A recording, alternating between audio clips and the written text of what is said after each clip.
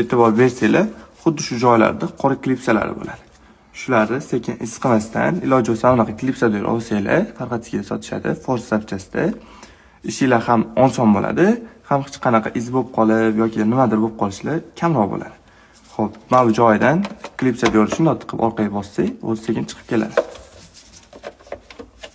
Endi atyorka bilan ham qilsa bo'ladi-yu, kimga qaysi qulay.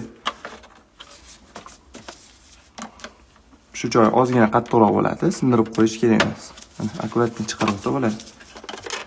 Bu videoni ko'rgandan keyin shu sohaga qiziqishi bor yoki umuman qilmoqchi bo'lgan odamni hammasi qoladi. Xudo xolisa chiqazib oldik, hamma quloqlari butun. Xo'p, ikkinchi protsess. Shu joylarda xuddi shunaqa klipsalar bor. Iloji bo'lsa qo'l bilan chiqazish kerak, atyorka tiqish kerak emas bularga, chunki tez sinib qolishi mumkin. Shu joyidan ozgina pastga bosib orqaga itarsa, uni o'zi shunday chiqib keladi. Bu yoqlarda ham xuddi shunaqa klipsali joylari bo'ladi. Bularni ham sekin qo'l bilan tepaga ko'tarsanglar bo'ladi.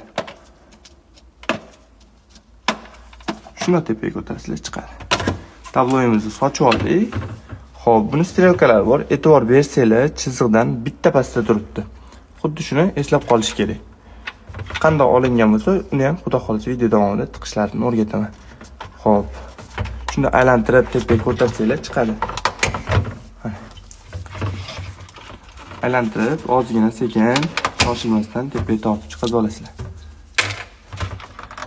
Ko'pchilik shu joyga qiynaladi, suv datchik bilan benzin datchikdek ozgina qiyinroq. Bularga ko'sachka kerak bo'ladi.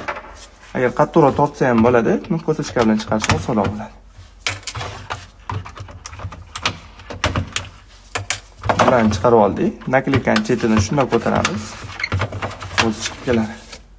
Xo'p, buni biz 2 yil oldin aytganimdek oqartirib bergandik.